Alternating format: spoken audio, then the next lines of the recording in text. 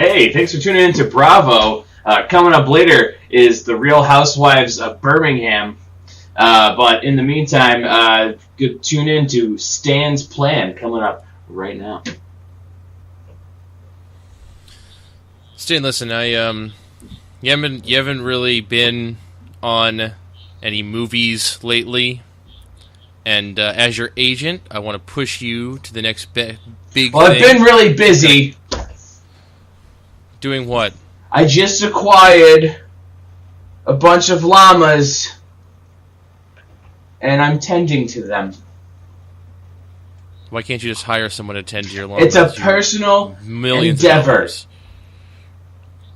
Okay, so listen. Okay, so we'll pick some stuff that's local. You don't have to stay too far away from the llamas. We're not going to send you out to Sri Lanka to film this movie. All right, we're going to work. Well, that's good. I got some ideas. You going to hear them? Stan Jr. would appreciate that. Are you talking about the llamas? No, he's my son. What are you, stupid? You don't have a son, Stan. I gotta call my wife. Hold on. Yeah, I have to. Okay. Hold on. No, okay. This is important. All right. I got another meeting. I got a new meeting. I got a meeting with Robert Pattinson in 15 minutes. Let's just come on. I got these ideas for you. Fine. We're gonna get you back into movies. All right. So I got one here. It's a romantic comedy. You like those? You've done those before, right? Yeah, Adam Sandler and me were really good in that one. Yeah, Chuck and Larry too. That was a great movie. I remember that. So this one is with Dame Judi Dench. Okay. And you guys are college roommates. Okay. Who are put together hilariously in an error in the housing lottery. And you guys are grouped up, and at first you're like, what? I can't live with a lady, and then you fall in love. Also, you have a smart-talking fish. Only... In a goldfish, in a How jar. much full frontal is there that I can do?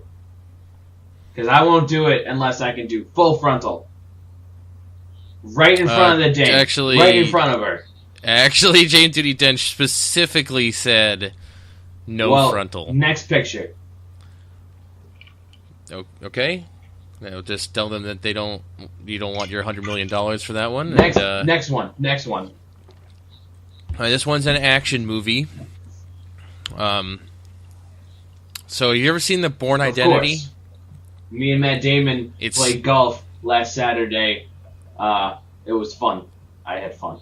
It's like The Bourne Identity. You ever see that? Okay, so remember that scene in The Bourne Identity where the guy goes into Jason Bourne's apartment and he like kills him with a pen or whatever? All right, so in this movie, it's that scene, but from the perspective of the guy who gets killed by a pen. That's you. Can I do full frontal? So it's like the 2 hours leading up to that happening, and then that's the climax. Can I do full frontal? Frontal.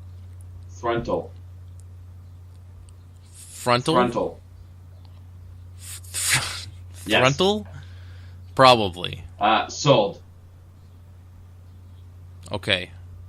It's settled then. I'm gonna go let Michael Bay Jr. know that you're interested in making his film. Okay, great. I gotta go. I gotta talk to a llama about a thing.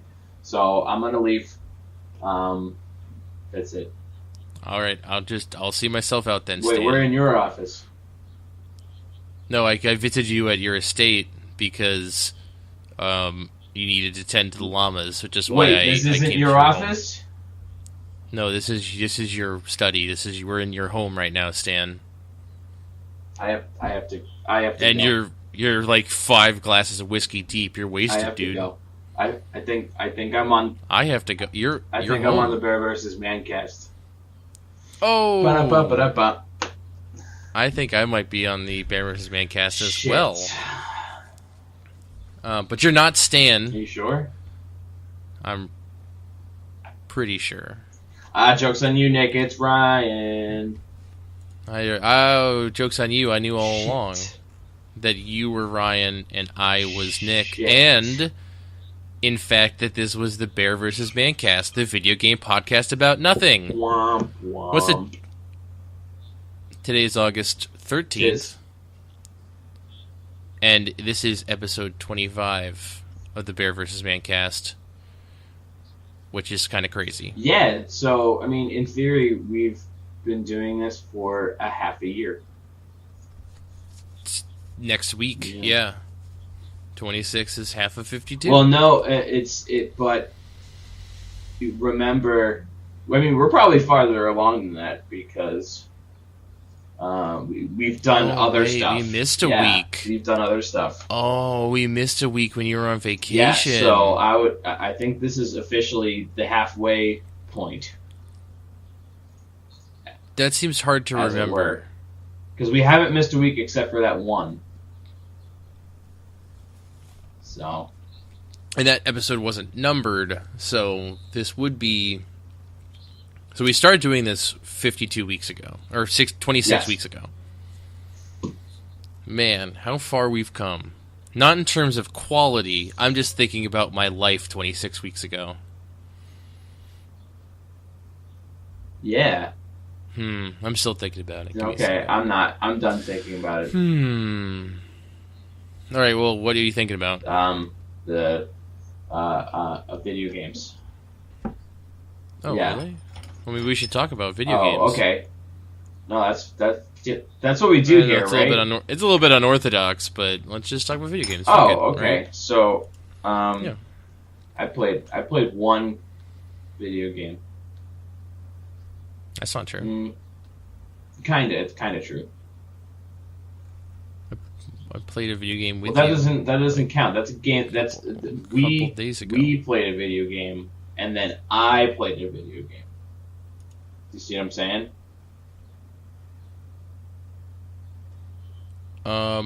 Right? Yes. Differences of opinion.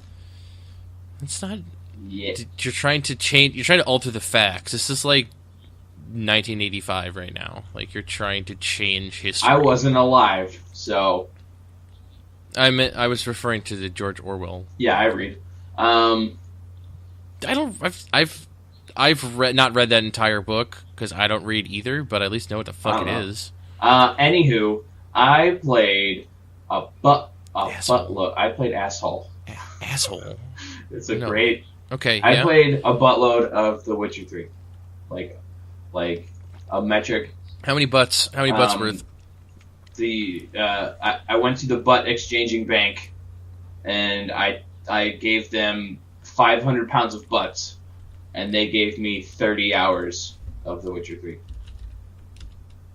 30 hours of The Witcher 3. If you had to guess about how far you were into that game, what would you think? Okay, I'm either 2/3 of the way through or 75% of the way through. All right, so you're getting on there. Yeah, I have a feeling that I just got to, there's, a main quest where it's just, you're trying to find this girl, and they give you 3 locations, and I'm currently in the last location. I have a feeling I'm going to do this 10 to 15 hour segment of the game, and then there will be another 10 or so hour segment of the game. This is my gut feeling. If that's not the case, then the game might end once I finish this area, but I'm not sure. What's the end game for Geralt? Well, currently he's still trying to find this girl, and then whatever he does in the meantime. He's still looking for Ciri. You spend the whole game looking for Ciri. I really thought you would have found her by now. You're just 2 seconds behind her most of the time, and then you do a bunch of other stuff. Why are you looking for? Well, that's just the plot, dude. Well, I mean, what is this girl's deal? If she's able-bodied and fine and walking around and traveling great distances, and you just can't keep up with her. I thought she was like missing or kidnapped or presumed no, dead. she's running from a thing called the Wild Hunt. Why would they want to wild hunt her? Spoilers. But if she's a person lady. No, the thing is wild. Like the hunt is wild. The Wild Hunt is like a group of weird looking wizardy things. Oh, I'm on board. These guys sound Yeah, alright. they're super dope.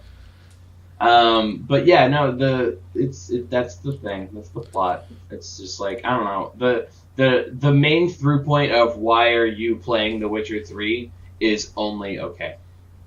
But the little stuff, all the side stuff is way cooler.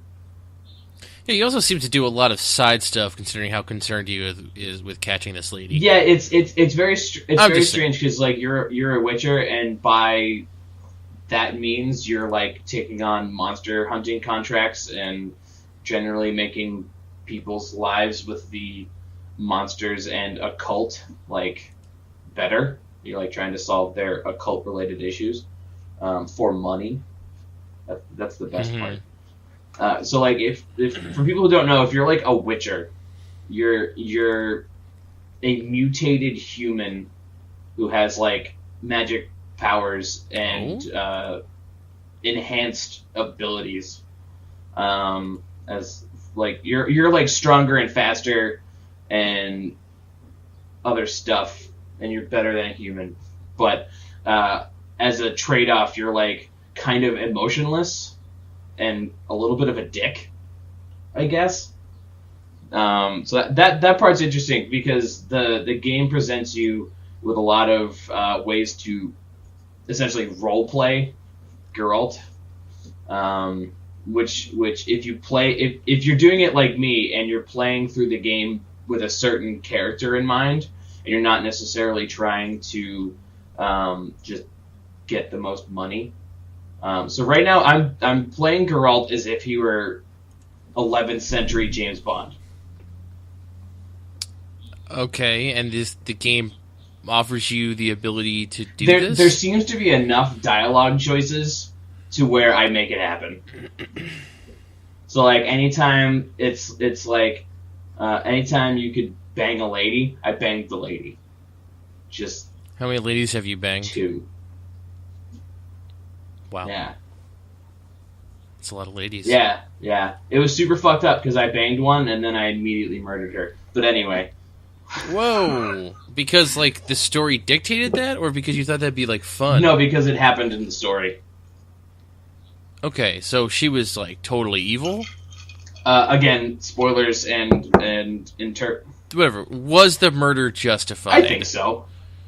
Alright, well that's all that matters.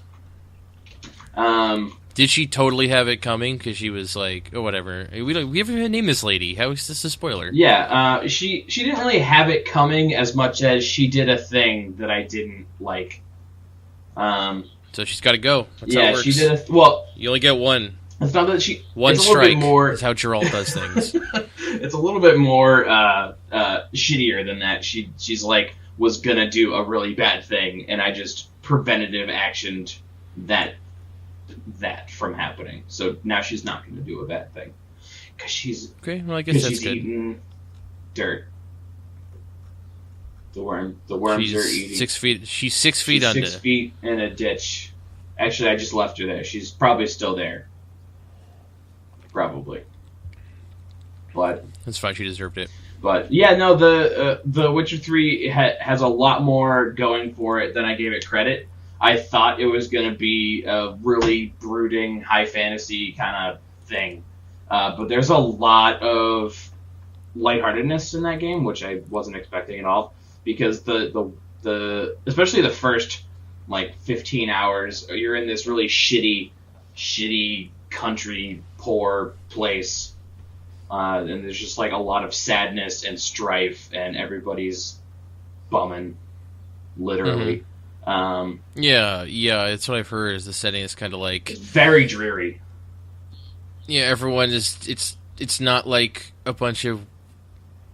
I know you said it was kind of like whimsical, at points. Like it doesn't take itself too seriously, is what I think you just Yeah, said. yeah, right? exactly. So, But at the same time, it's like there's definitely serious comparison- moments, and there's definitely like you do stuff that because like everyone you meet, they're just like, my family is dying, yeah. and I don't have any food to feed them, and you're like, Jesus, man. Yeah, no, like you'll be walking down the street and some guy's like, well, my cow died, so now I'm screwed. And I'm just like, oh shit. I'm so sorry. Yeah, and then you're like, I wish I had a cow to give you, but I'm also a dick-ass witcher, so I don't care. So, like, whenever you take on a contract, you can haggle as to how much they're going to pay you, and then there's, like, an annoyance tracker. It's really fun. So, like, you'll just be like, I'm going to give you 200 crowns for that. And I'm like, well, I would like 500 crowns. And then he gets really annoyed. He's like, whoa, I'm poor. So you kill him and take all his money. This isn't like GTA or something where you can kind of kill anybody you want. There are definitely, like, Okay. confines. I would say GTA is definitely not like that. I don't think... I can nary think of a game that you can kill whoever you want. I feel like there is a game like that, but I might just be thinking of D&D. Like I feel like most games protect their quest givers in some way or another. Like Yeah. Skyrim, just certain characters are unkillable. Yeah, that's true. So Certain characters, just no matter how much you beat on them, they'll just like take a knee and then get up, mhm. and they'll be fine. certain areas you can't even run because of reasons. So, like there are places you can't even draw your sword, and if you are like on the open street and you draw your sword, the guards will get mad at you. So they're definitely like trying to contain order, which I guess makes sense given like where you are. So like if you're in the big city and you're brandishing your weapon, the guards are like, "Hey, stop that!" And then you're like, Yeah, that's like Okay. that Skyrim allows you to. They allow you to make that mistake. "Yeah." Although you don't get in trouble for brandishing your weapon. Although so the original Dark Souls, you can kill every NPC, but they don't give you quests, so it doesn't. That's not what we were talking about. I feel like I guess I was trying to think of a game where you could literally kill a quest giver and not be able to do that quest. Yeah, I don't And I'm not sure that game exists. I don't think it does. But this is The Witcher 3. If you've ever wanted to know kind of what playing D&D is like, this is the closest in a video game I've ever come. Just in terms of like narrative and storytelling, and like you can literally follow threads so thin, and then they end up being something really cool just because you read a notice on a board that was like, hey, I'm looking for a piece of string. Literally. And then you go to that person and they're like, oh, thanks. So so my wife died, and then her ghost is haunting me at night, and then blah, blah, blah. This isn't a real quest, which is why it's poor. But stuff like that happens all the time, and I think that's super neato. But okay, that's a D&D thing? It feels very Dungeons and Dragons-y, because if you have a good dungeon master, any NPC you talk to will ultimately be relevant at some point. Basically what you're saying is you went out to eat and you ate something, you said, I could cook this at home. Also, I am a Grandmaster Chef. Yes, exactly. So this story is like a story that someone made up. It kind of feels that way. I think I get Yeah. what you're saying, but you sound a little bit ridiculous. I 'Cause you're like, this story seems like a story that was made by someone who's good at making stories. well, I mean, I feel like that's so rare in games to feel like I'm actually in a story instead of just playing a narrative. Like I feel like I'm more a part of this world than in any other game I've ever played. That's kind of sick, Yeah. because ultimately, we all know we're just playing a video game, but it's when a game like catches you like Yeah. that, it makes you feel like I mean, like you don't forget you're playing a video game. Oh no, I know, like, I'm definitely still playing a game. You ignore the fact for like a second because you're like, wow, I'm really interested in what's happening here. Yeah, the interesting thing about it is that game is janky as fuck. Even still, they've released like 8 patches, I think, since it came out, and it's fucking janky. Apparently, they have a new one for consoles, going to increase the frame rate. Oh, really? That's cool. Yeah, I did bump that up to 60 because it wasn't on by default. It was like capped at 30, and I have like a 30's fine. I have like a 580, and I can 30's. Oh, it is fine, but I can definitely run it higher, and I prefer to, if I can. Not? Fuck it. So I unchecked the frame rate, and it looks really good. In combat animations are super tight at 60, but like you'll be in a cutscene, like I just did one this morning, where like previously someone had lit a boat on fire and it was in the ocean, and then like as I was talking to this lady, it just started to spawn in and out of the background environment like 100 times. Well, yeah, I mean water effects plus fire effects equals like nothing good. It wasn't like flickering, like it was struggling to like decide where it was in the world and then like rewriting itself. It was literally like spawning. So like it would drop like from the air and go poof in the water. It was really strange. That's awesome. Yeah. That sounds so funny. And like I was doing another scene this morning and like it panned to this dwarf who was like completely bald, no beard, and I didn't know he was a dwarf until the game wrote in his hair and helmet and beard like 3.5 seconds later. That's awesome. So there's a bunch of stuff like that with that game. Wait, you're playing the PC version? Yeah, I am. I don't know if that makes a difference. I would think... I don't know, actually, it could really go either way. Yeah, apparently, I just clicked on this news story about the frame rate. Do you know what the Crookback Bog is? Yes, I do. Apparently,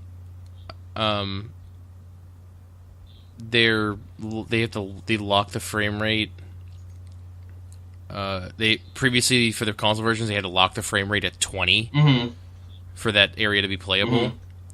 Yeah, I don't know. I'm assuming there's like a bunch of fog and water physics and shit. There's a lot of water. There's a lot of like interactables, and there's a lot of fog, and there's like there's a lot of stuff in that place. And so it looks like in this next patch, Xbox One is gonna be unlocked, so it'll be raised to 30 again. But PS4 is gonna be stuck at 20. Still. Oh, really? That's interesting.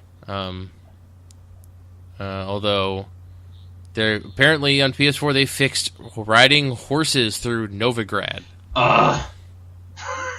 Previously it dipped below 25 FPS and saw various one-off stuttering issues. Yeah, so I have a big problem with the horse. The horse is drunk. Horses suck. Fuck those guys. The horse is drunk. You would like this game. There's a lot of horse death. Really? I walked into this island place. And this guy had burnt his horse in, like, sacrifice? It was, like, religious sacrifice. Okay. He's like, oh, that was me best mare. It's to the gods now. But it had to go. Fuck like, that horrible beast. The big religion in this game is called the Church of Eternal Fire, and they burn things all the time. Oh, man. So they burnt awesome. That horse. It was very sad. But yeah, no, the horse is drunk in that game. Okay, great. So they introduced a really cool traveling mechanic, which is the horse will follow the road. Sounds awesome. Like you don't have to turn the horse to like.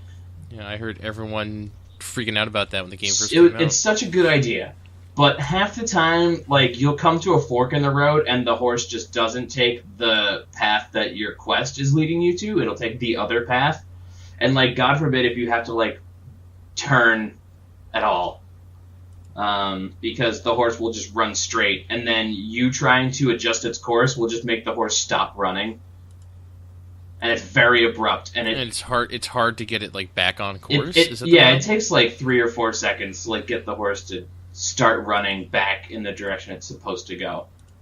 It super sucks. It's weird. And the horse, when you like gallop, the horse has stamina, but when you're on the road, it doesn't drain stamina. So every time the horse stops running for no reason, I get really frustrated. Because it'll just all of a sudden like hit the side of a little rock that's in the road, and it'll be like, and I'll be like, stupid horse, stupid horse. What's your horse's name? Roach. It's something hilarious. Roach. That's pretty good. It's a pretty good name for a Yeah, horse. Geralt's like, every horse I've had is called Roach. I'm like, okay, all right, you weirdo. Yeah, he is kind of weirdo, isn't he? Geralt's a weirdo. That's kind of the point, almost. Totally. But yeah, no, The Witcher 3 is really, really good, and I want to beat it.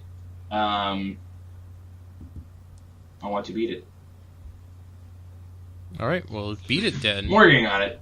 I'm pretty sure I have. I mean, right now, just do I'm it. pretty sure I have like 20 seconds, or 20 seconds. I have 20 seconds left. I'm pretty sure I have like 20 hours left. Really? Yeah, I'm pretty sure. Okay. Well, just be like the Nike swoosh and just do it. Okay. Hopefully we won't get you too off track by playing Heroes of the Storm. Oh no! I don't think you like. I don't think that you're gonna get so obsessed with Heroes of the Storm by playing it twice that you're gonna be like, well, I just got out of work and I'm here by myself, and I could either play Witcher 3 or Heroes of the Storm, and Nick's not online. I have no one to play with. I think you'd still play Witcher 3. Yeah, but if I get really into it, I don't know. I still feel like maybe you'd be like, yo, let's play Heroes of the Storm. I'd be like, I can't. I'm working / sleeping / at the gym / eating / playing whatever. And then you'd be like, okay, let's play The Witcher 3 then. You know what I mean? Yeah. So Heroes of the Storm is a MOBA. I don't know what MOBA stands for. Multiplayer online battle arena? I think that's right. I think that's right. Yeah. It's a Defense of the Ancients. It's Dota. So let's have a quick comparison here. We're going to say, all right, on the count of 3, we're going to say how much money each of us has spent on the free-to-play game Heroes of the Storm. Okay. Are you ready? I'm ready. 1, 2, 3, $5. $40. Wow. Have you ever played it? No. Wow. Double wows. Double wows. Double wows. I fucked up. Okay. Did you get you got stuff for that $40, right? Like you got beta access, and then they gave you heroes. I think I have a couple of heroes. I'd be very curious to know which heroes you got, because that might actually not have been a waste of money. Here, let me find out. I'll launch it while you talk about it. Please launch it while I talk about it. So, for people who don't know, it is a MOBA created by Activision Blizzard of PC game fame, and it is a big. They have a bunch of Blizzard one day was playing with all of its toys, and it's like, I'm Thrall, I'm a shaman. It's like, my name's Kerrigan, I'm a brood mother, and they're like, oh, and then they made them kiss. And they're like, oh, yeah, it'd be so quick. They're smacking the dolls together. And then Diablo shows up. He's like, I'm the Lord of Darkness. What is this? Kerrigan, how dare you betray... And then it's a mashup of Blizzard games. I don't know if... So if you're new to the podcast, you might not know that Ryan and I are obsessed with Blizzard games, and we think that every Blizzard game is good, and... Maybe Blizzard is the best developer ever. Whoa. Their games are always so good. I bet you there's a bad Blizzard game. I don't know, man. Lost Vikings 2, that shit was on point. Oh, he right. That game was big buzz. I actually played the Lost Viking games for a hot minute. Did you? Yeah, they were fine. They were a really interesting concept. Do you know what heroes are default? There are no default heroes. Okay. No, what heroes do you start with? is what I'm asking. There are no default heroes. Are you sure? So I'm positive. Here's the thing about this game. It's free to play. Yeah.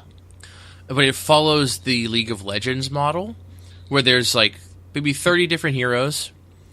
And then every week, 5 of them are free, unless you have like a certain profile level. If you're level 12 and then 15, there are 2 other ones that are available. Really? They're like more advanced characters. Okay.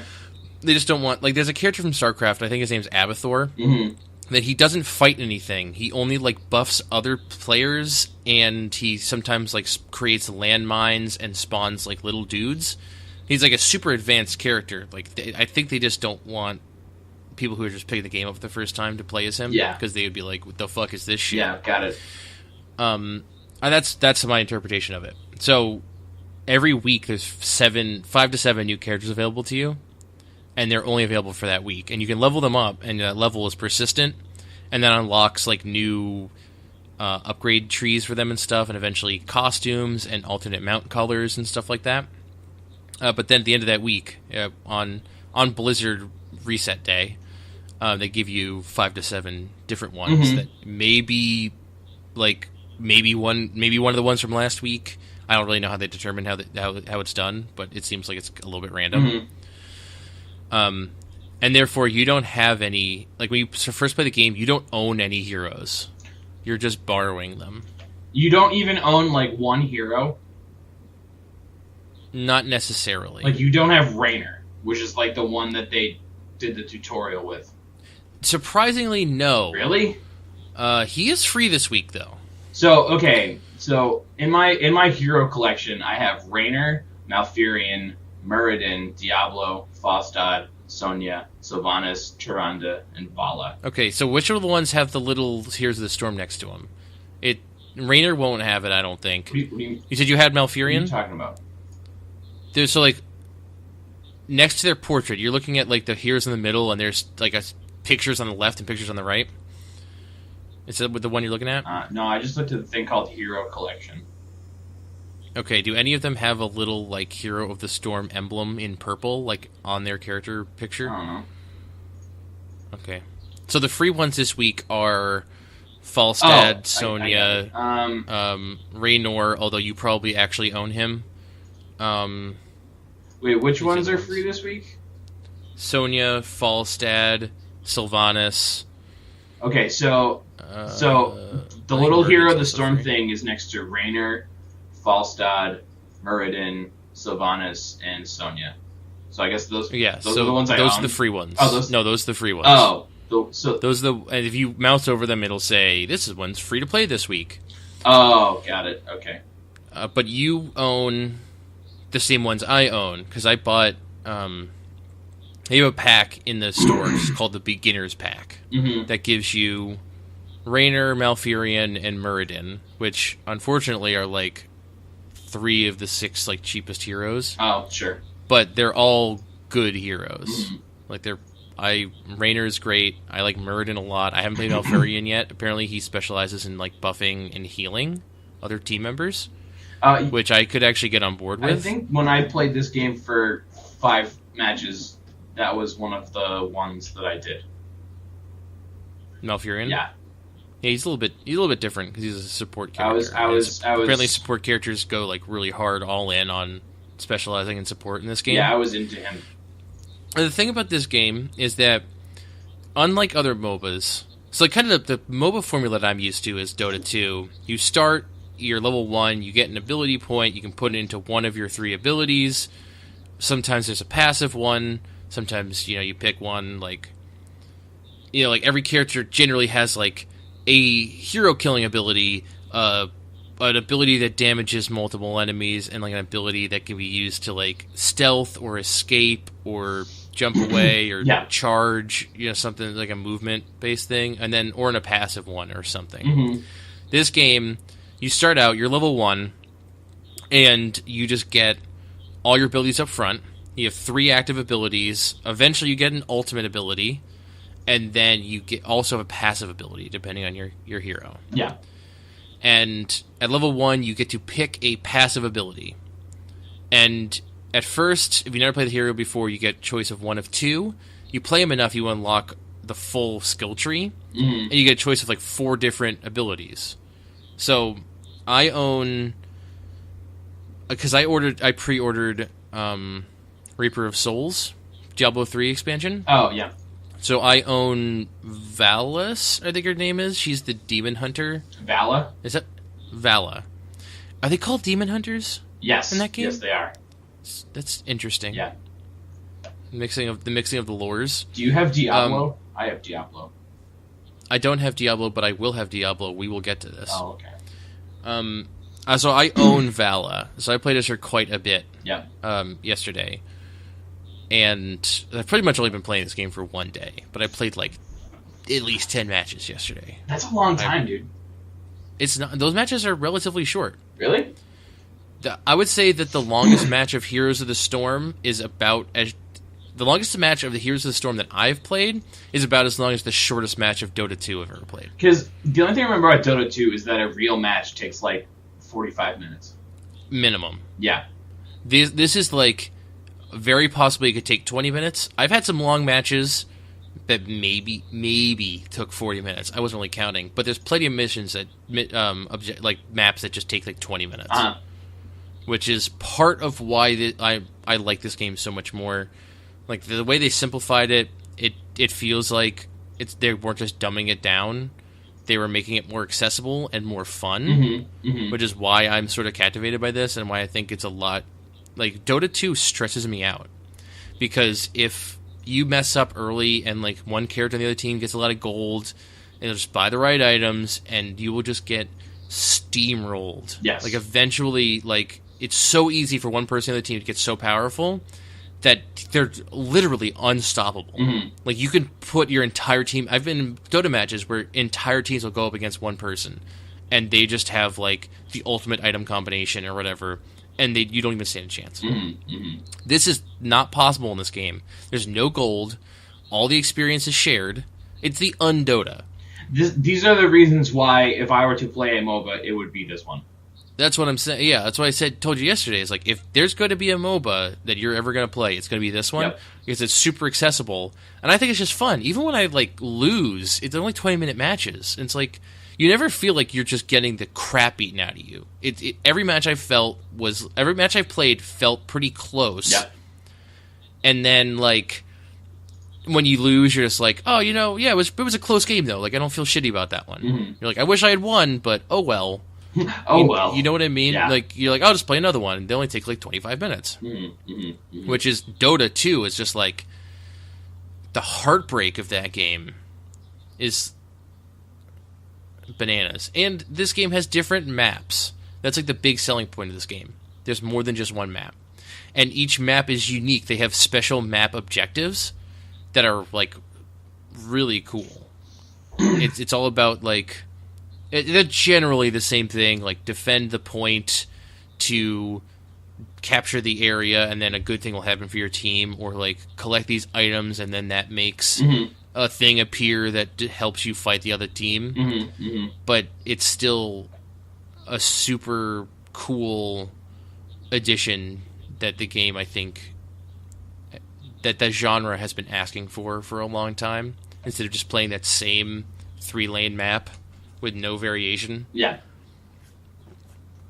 And then, like, there'll be camps of, like, creeps on the map. They call them mercenaries. And if you kill them, then they fight for you, as opposed to just giving you a little bit of experience and gold. But still, they keep it really simple. They explain it really well. And it flows. Like, it works. It works. And so since all the experience is shared, you're leveling up with your whole team. Every kill you get goes towards the pool of experience. And also, I've noticed that you look at the scoreboard, it shows you how many kills you have. I'm pretty sure everyone who helped kill a hero gets points. Like, gets a kill on the scoreboard. Really? Okay. Like, if you, like, we both shoot a hero and then it doesn't matter, like, there's no such thing as a killing blow, which is the biggest horseshit in the history of Dota. Like, that's that shit sucks so that's hard. the horse. Killing blows are the horse. Like, everything else, like item shops, it's like, oh yeah, no, that makes sense because it's complex and you can plan out your strategy and like play the character how you want to play the character. Right. Killing blows, just unmitigated horseshit. No more killing blows. Good. If you and I attack somebody and that person dies, we both get a kill. Nice. Okay. So like, I would finish a match like 19-4 because any hero I attacked that my team killed, I got credit for. And then like, I just lost my train of thought. I got too excited about 0. Uh-oh. So teamwork plays a bigger element, I guess is what I'm getting to. Because you're not worried about getting that last kill, you're not worried about stealing kills because you want the gold and you want to become stronger. It's just, you kill somebody, it's good for the team. And that's what I really like about it. It's one of the things I really like about it. So when you're leveling up your character, right? Yeah. You get to pick these passive abilities, and the variety of them is so wide. You can basically, like, every game you get to, like, spec your character a different way. That's cool. So, you know, like, melee character, their first ability might be, like, this makes one of your abilities do extra damage, or you can get the ability to sometimes block attacks. So you can be like, oh, well, this game I'm going to play like kind of a tanky character. I'm going to like team up with like an assassin type character and like try and take some hits so that they can finish off heroes. Or you can be like, I'm just going to be just a slayer, like go in there and just use super like stuns and powerful abilities and stuff like that. So every game you got to kind of customize the way you want to play that character, and then although you're leveling up that character outside of the match, and you unlock like new passive abilities, and like at level 10 you get a new costume for them. Yeah, that's the other thing that they make money on is they sell you heroes and they sell you costumes for those heroes. The costumes are like mad money, dude. Yeah, the heroes are not particularly cheap either. How much are the heroes usually? It depends. It's anywhere from 2,000 gold, which is like not exactly $2. I want to say it costs a little bit more than that, and I want to say like a $4,000 coin hero is like $6. But there's also a lot of characters that are 10,000 coins, which they just call $9.99. Yeah.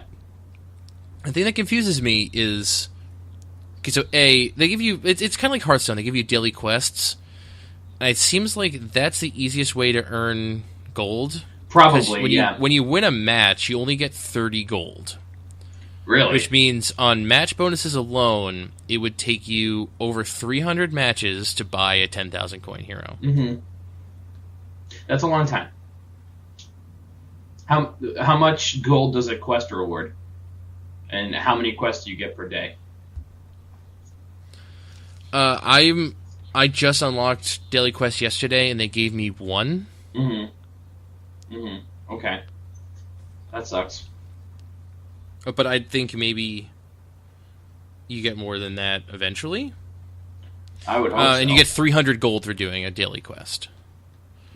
So, I don't know, I mean, that's very much like Hearthstone, where the actual gold from matches is pennies. Like, you could never... Yeah. Like, if you ignored Daily Quest, you'd never be able to get... You'd never be able to buy a card pack, ever. Yeah. And so, that's kind of a problem. But I think the weirdest part of it is certain heroes cost more than other heroes. This makes no sense to me. I mean, it just sucks. It makes sense to me, but it just sucks. Because there's going to be heroes that are clearly more popular, like Illidan, for example. Illidan is actually, I think he's only 4,000. Oh, really? Okay. Yeah, surprisingly. I thought he was going to be up there, too. The expensive ones are like the new one, King Leoric, Kael'thas, Sunstrider. I'm actually going to launch it because I can't quite remember. Diablo is only 7,000. I say Asmodon is 10,000 for some reason. So I'm not. So okay, in that case, I'm not sure why.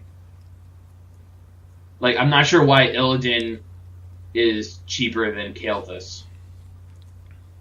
Jaina is 10,000. That one I understand. So if we accept the premise that like all these heroes are equal, like there's no heroes that are better, they couldn't possibly make a game like that. Right. All heroes are as good as other heroes. Right. Let's say. Let's assume there's balance, right? Let's assume this. Oh, so I just got a new... For logging in, I got a new daily quest. I think you get a quest every day, and you can store up to 3. Oh, okay. So my quest from yesterday is there still, which is cool, because it's play 3 matches as a support character, and maybe I don't want to play 3 matches in one day. That's so, nice, because in Hearthstone you get 3 quests every day, but if you don't do them, they just sit there. And you can get rid of them. So, the 10,000 coin heroes, which they cost... $9.99. Mm-hmm. Leoric the Butcher, Johanna, which is the Crusader hero from Crusader hero from Diablo, like that incarnate. Mm-hmm. They didn't name the characters from Diablo. Mm-hmm. It's weird. Mm-hmm. Kael'thas is 10,000. Sylvanas is 10,000. The Lost Vikings, Thrall, Jaina. That might be it. Oh, Asmodon, Chen Stormstout, Brightwing. Mm-hmm.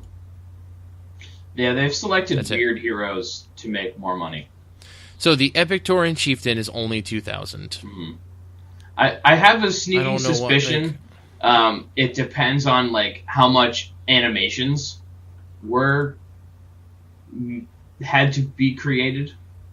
The Nazeebo, who is the Witch Doctor from Diablo 3, he is 10,000. So I'm gonna go out on a limb and assume that heroes are more expensive because of how long it took to make them.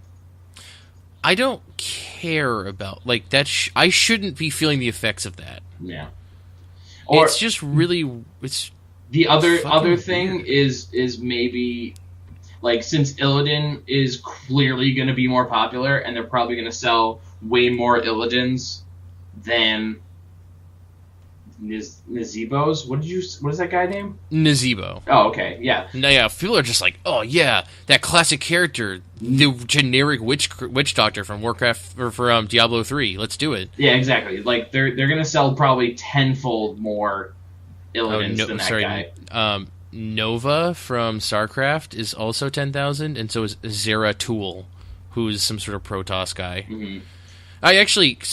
As you level up, you get see if I can actually find this information. You get ranks, you get, I want to call them summoner ranks, so that's what LoL calls them. Mm-hmm. But you as a person, you rank up as a player. Yeah. And so I'm level 8. So the rank 2 you get 1,000 gold, rank 4 you get 1,000 gold, the rank 8 you get 2,000 gold. Rank 10, you get 2,000 gold, and then leveling up heroes, level 5 gives you 500 gold or something. So that's encouraging you to play a bunch of heroes. Yes, and also just play a lot. But once you're level 20, or actually how high does this thing go? You can get up to rank 40, you'll get 2,000 gold.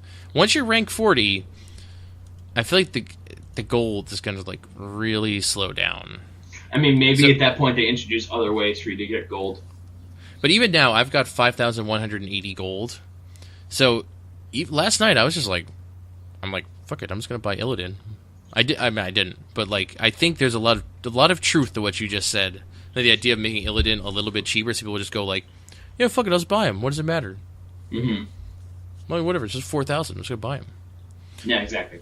It's a weird thing. That's the thing that really vexes me about this game. Is just why certain heroes cost more than other heroes. If they're all the same, they're all equal, then the fuck? Yeah. But they have every week a different hero is on sale. Mm-hmm. And I got a bundle called the Beginner's Pack. I think I might have bought that under another name.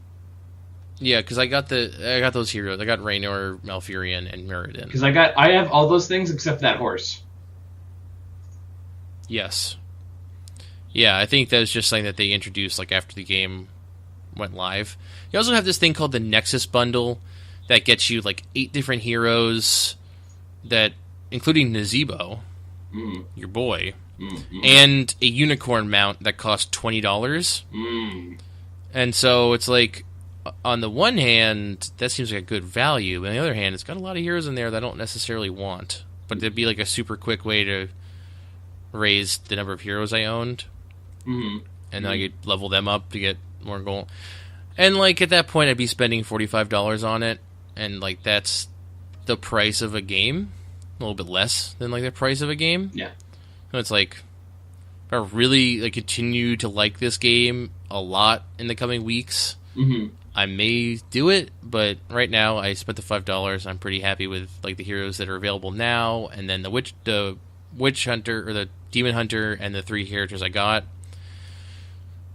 Yeah. So I'm gonna cool it, but still $40 for 8 heroes and a $20 mount and some other stuff is like, that's pretty good. Hopefully they have different bundles like that. But they can't get too crazy with the bundles, because once you start having bundles with multiple characters in it that were in other bundles, then people who bought the old bundles aren't going to buy the new bundles because they don't want the duplicate characters. Do you get anything if you like get a bundle with another character in it? Can you dust your double characters? I don't think so. But I wouldn't actually know, because that would require me to like buy a single character and then look at the bundle. I don't know. Maybe they could just, if they were going to do something like that, they start introducing like bundles of heroes like on a semi-regular basis. They could just say like, oh, if you already own this hero, you get like that amount of refund, or like three quarters of that amount of refund, his price in gold. That might be something that would work, but I don't know. We'll see. So I think we should play this at some point, because I think, like I said, if you have any hope of liking a MOBA, it'd be this one, and I think it's really fun. And it's a little bit more casual compared to some of the really hardcore ones, which I'm very much into. And then they're releasing a new map, like a new major patch based on Diablo, because right now they're really big on Diablo for whatever reason. Like, they're really pushing Diablo. So the newest map's going to be Diablo themed, and then with its release, they're adding a monk, Diablo 3 monk. They gave him a name, and they're also, everyone who owns Diablo 3 will get Diablo for free. Cool. Which you already have, but I'm looking forward to playing as Diablo, because that's sick. But I think that's going live on Public Test Realms soon, so we don't know exactly when we're going to see it, but it seems like this kind of game that we're going to see a lot of content for it for free, as opposed to Hearthstone, where they occasionally charge. Apparently, you have to buy the Grand Tournament. No, it's you're pre-ordering card packs. Oh, that's what the pre-purchase bundle is for? Yeah, I did it. Oh man, Hearthstone. Yeah, but I mean, you get a card back, and I think 50 packs. 50 packs? You get 50 packs. I think that's a lot of packs. I think buying 50 packs normally is like $60 or like $65 even. So it's actually a good deal compared to like what you can already do. Keep telling yourself that, Ryan. Well, I mean, if I was already going to buy the 50 packs anyway, that is true. Let them cost $50 instead of $65. I'm going to go double check that right now. That is true. What you just said simultaneously makes a lot of sense and no sense at all. Oh, I can open 50 packs. Apparently that came out. Wait, no, it didn't. Don't open those packs. Oh, available in August. Oh, you fucking bitch. All right. Oh, you actually can't buy 50 packs. But 40 packs is $49. Oh, no, it's not even a deal. Nick, it's not a deal. Oh, what a surprise. Shit on my dick. Well, you're going to buy them anyways. I already bought them. It's too late. You get a card back that every jabroni has. Yeah. I don't like things like the card backs and like player emblems in games and stuff like that anyone can get. I think are kind of lame. I don't like using them.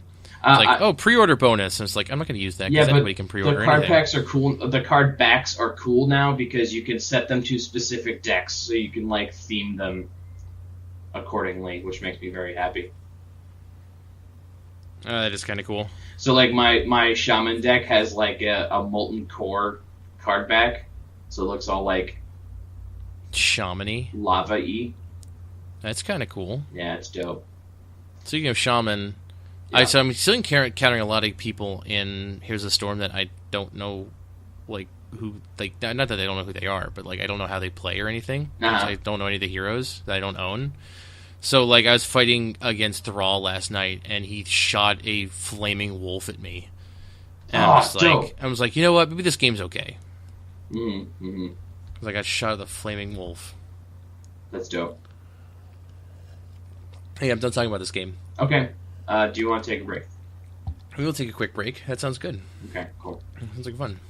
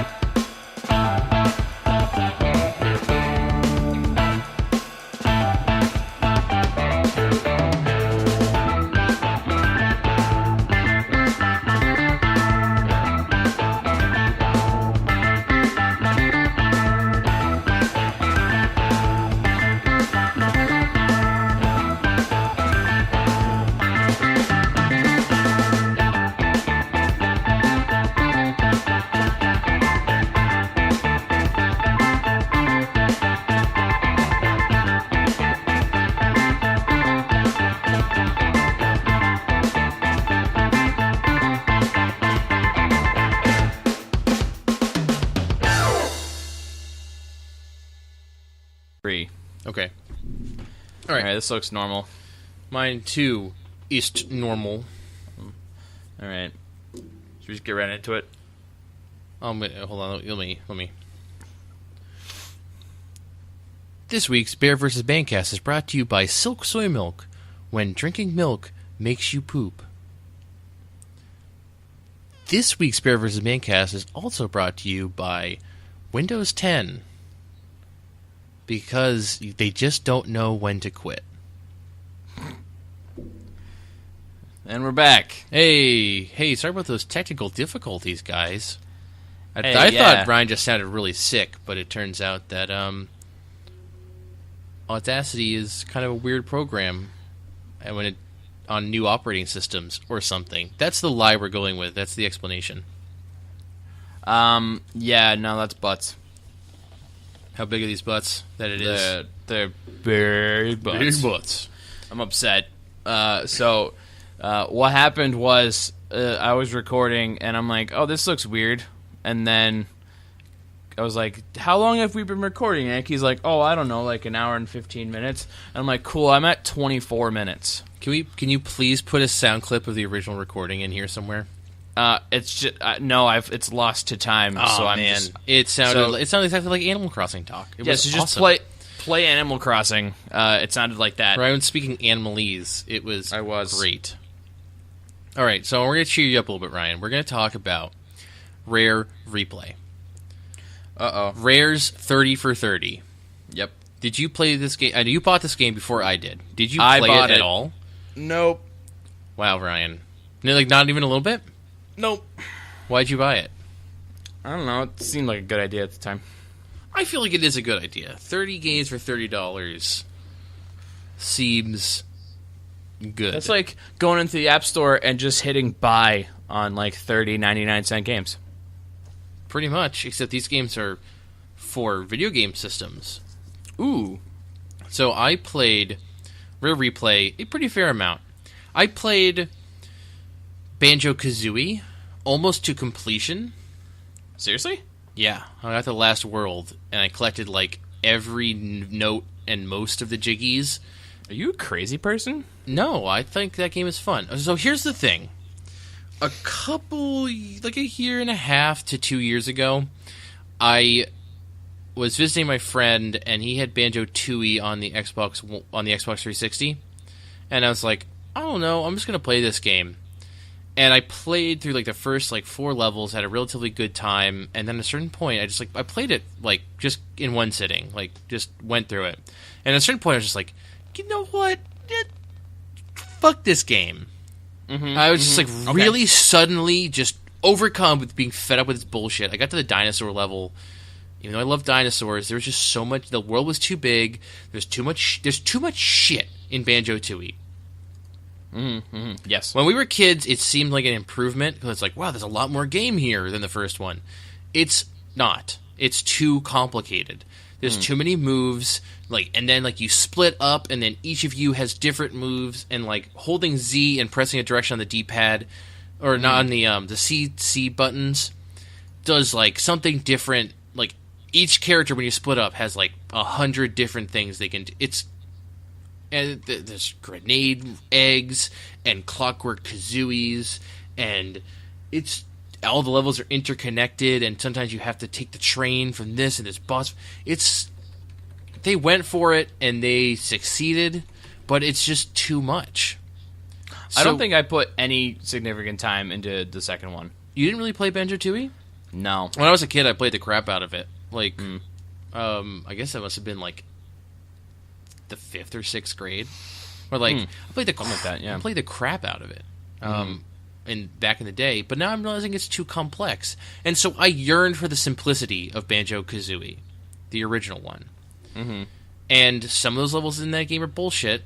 Like they really love to do these things in the levels where it's just like, yeah, this is a bad. The floor is lava. It's like this is swamp water, or this is cold water, or this is quicksand that has worms living in it. It's just like this area, you can't step in that area. And they just do that like 100 different times with like a bunch of different bullshit coat over it. That's like explain it differently. That was kind of irritating. Sounds it. But for the most part, you know, the worlds are small. You go in there and you just explore everywhere. You pick up the notes. You say, hey, that might be a thing you can get a Jiggy from. And I eventually stopped because the last level, if you remember, did you beat the first game? Yeah, but I was like 8 years old. So the last level is called TikTok Woods, and it's the same level in 4 different seasons. And that level just once is pretty big. It's a big tree you can climb, and there's some stuff around it. And it just was too much. I played like the second half of the game all on like my day off last week. So by the time I got really fed up trying to find all the notes in Rusty Bucket Bay, which is a really hard level, where the water is oily and therefore your air meter drains twice as fast, and it also drains when you're above water. You know, because oily water, duh, right? And so I kind of got fed up with that, and then TikTok Woods was just so huge and so much to do, and all the Jiggies were spread so far apart, and like the notes were, and I just like stopped, and I probably will never go back. Maybe I'll go back to like feel like it just round out like my achievements for the game, but like, fuck, man. So I wanted to play some of those old Rare games that I never played before, and some of those games are like deep cuts. Yes, like the NES games on there are like some of the newer ones. 1991. Yeah, it's like so I played a bunch of ones I thought would like be okay, and they have this mode called Snapshot mode. That's a little bit like NES Remix. Okay. Where they give you like objectives. So I played Space Blast Guy, which we have a long history with. I feel like. Yes. You and I. Guy. Yes. Solar Jet Man, aka that's my favorite video game. Space Blast Guy. I feel like when we played that game, it came like the Rare logo came up, and we're just like, "Oh shit, this game's gonna be Rare." Oh shit! And then I immediately forgot that information and never remembered it until I saw it in Rare Replay. And so I played all the snapshots of that game, and some of them were total bullshit. I think one of them required me to fight the final boss, Like one of the snapshots was just beat the final boss, Yeah. which is becomes like a side-scrolling shmup for the final boss. Really? Yeah, it was kind of okay. It was That's like a interesting. nice level of challenge, actually. I think because that's like the golden warp ship is a shmup rocket. Like you make the golden warp ship, and you have to escape in it. And normally that game is like a physics-based space pod flying item collecting thing. It's got these weird physics in it because you can like tow something behind your ship, and it'll like swing on the rope, the laser rope that's attached to it, and it'll like mess up your trajectory. And you have to use the select button to like do a boost, as you know. Yes. Of course. And that's bullshit. Like the worst control scheme ever. But it was it's for the NES. awful. So like, Yeah. what else were they gonna do? They only got 2 buttons. And they didn't really remap anything, and they don't allow you to remap anything. So like, I also played Battletoads Arcade. I'm sorry. And like B is jump and A is attack because no remapping. And it's like what the fuck? So Battletoads Arcade, I thought it'd be kind of fun to be like an arcade like beat 'em up kind of thing. It definitely is that, but it's also an unmitigated piece of shit. That game is fucking terrible. It's the most poorly made coin eater of all time. But you don't have to put coins in it. Exactly. It's still not fun.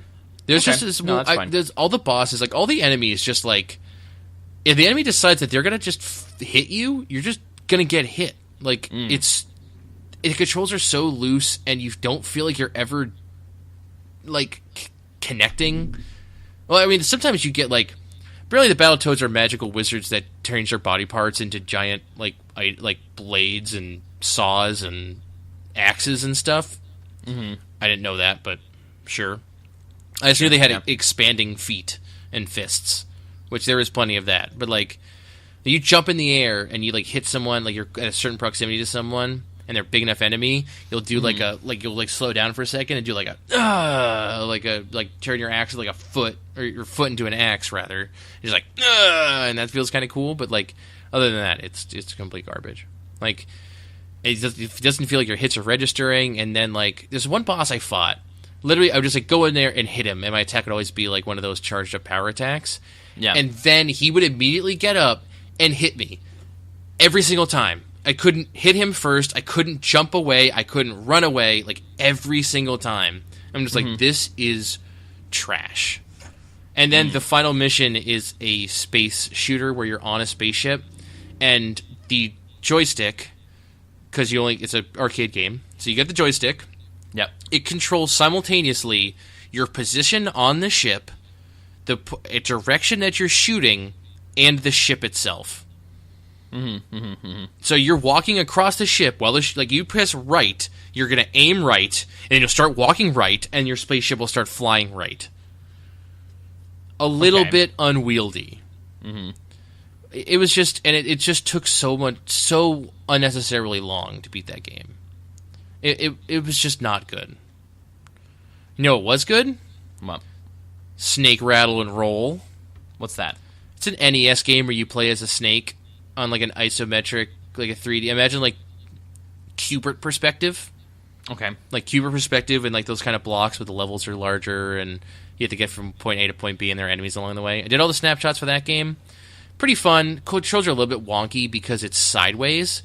So down makes you move diagonally left and down, and left makes you move like up and left. A little bit weird. Once you get used to it, I think that game's actually kind of fun. I don't know if I'd want to play through like the whole main story, but Nice. I just played like a couple of like the older games, like game called Gunfright. I did all the snapshots for that one. Released in 1985 for the ZX Spectrum. What? It's rough, dude. It's rough. It's like 2 colors on screen. It has that same diagonal walking thing, and you just walk around. You're like a guy with no face, and just walking around like at the Old West, picking up gold and or shooting people / finding your horse. That's just like basically an inner tube that you wear with a horse head on it that makes you run fast. and the slowdown. I mean, they maintain kind of true to the original. If there's more than 2 things on screen, it slows down to about a third of the original speed of the game. It's a product of its era. Let's say that. Not a good game. I don't think of any other notable games I played. Last night I started playing Grabbed by the Ghoulies, which is the original Xbox game that they actually ported to Xbox One for this collection. And kind of up-resed it. Actually doesn't look terrible, but a game doesn't seem fun. Yeah. It's like an adventure type of game. You're in a house, and you move the left stick and attack with the right stick. And it's like the most imprecise, kind of dumb thing, and I don't know. I've always heard that it was good, but I found it really hard to get into. And I also just booted last night Cameo Elements of Power. Is that what that game is called for the 360? Beats me, dude. You're a lady that turns into like elemental beasts, like a yeti or a dragon. And I just booted that game, and it was just the most 360 launch ass piece of shit ever.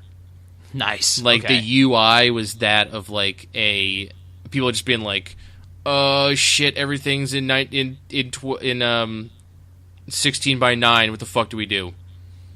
They're like, people are gonna play these on HD TVs. We have to make the font look different. They can't be this crappy like compressed HD. Like, shit, what do we do? And it did not leave a good first impression. I'm not surprised. And just like those really old, like rare 360 game, like the press A, like the A button on the screen that just looks like shit. Do you know what I'm talking about? I do. I think. Viva Pinata is maybe the game that I'm gonna really go back to and play, because I've always heard really good things about Viva Pinata. I just had to be in the right mood. Never played it. I don't know if it'd be your kind of game. It's like it's like a tycoon or like a simulator game. You have a garden full of pinatas, and you get them to your garden. You get them to breed, make new pinatas. Like I said, I heard it's really good. All right, sure. I started playing one of them once. I started playing Trouble in Paradise, which is, I've always heard the second one is basically the first one, just better. There's no reason to play the first one. So probably jumped right to the second one if I feel like it. But as I mentioned before, I'm kind of addicted to Heroes of the Storm right now. But this I don't know how long it's going to last, because it's only been like 24 hours. So we'll see. I don't think there's any other games I played in that collection. Because I might actually just go back in the old games and play a little bit. Oh, I started playing Blast Corps for the N64. I heard that was dope. It's kind of fun, but it's also really wonky. You play as the premise of the game is there's like a truck with like some sort of nuclear payload just driving on a course to get to its destination, and you play as a guy in a bulldozer, and you need to knock down all the buildings between it and its destination so they can get there safely without detonating. But also you can like it's really, the controls are like, you go really fast really quickly, and then it's like kind of loose, and you're like, whoa, and it's really easy just to, like, one time I just crashed directly into this ship. I was like moving the truck. I was going so fast, and I turned, and suddenly the truck was there. I just crashed into it and lost. Yeah. But it seems like kind of a fun game. It's a N64-ass game, though, and it's got, like, you pick a level, and then you do these objectives in it, and you get, like, a better score, because they had to figure out some way to get more gameplay out of it, because you could only fit, like, a little bit of game on those cartridges, really. Yeah, exactly. So I don't know if I really even going to play it to completion, but just, like, playing a couple levels, I'm just like, this game's kind of fun. I know a lot of people who have fond memories of Blast Corps for the N64. I never played it myself, but yeah, I've heard of these people. Yep, there are people out there who like Blast Corps. Yeah, I think there's a P in there. I'm not going to check that. It's Blast Corps. Are you sure? Yes. Well, that's how you say that shortening. Yeah, but I feel like if I said Blast Corps, it would sound like it was like Core.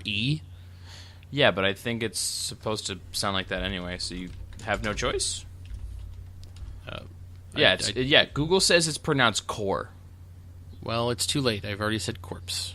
Well, that just sounds like corpse, and you are blasting dead bodies. The game. So You pretty much are. Oh, okay. Well, fine then. I don't have any interest in the Perfect Dark games. I don't want to play Conker's Bad Fur Day or Jet Force Gemini. Jet Force Gemini is in that game just in its original form.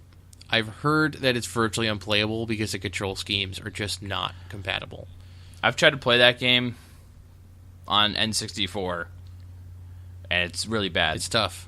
It did not age well. Banjo-Kazooie Nuts and Bolts are in that game. I've heard that game is really fun. I'll probably play that I'll game. probably go in and try and play that at some point.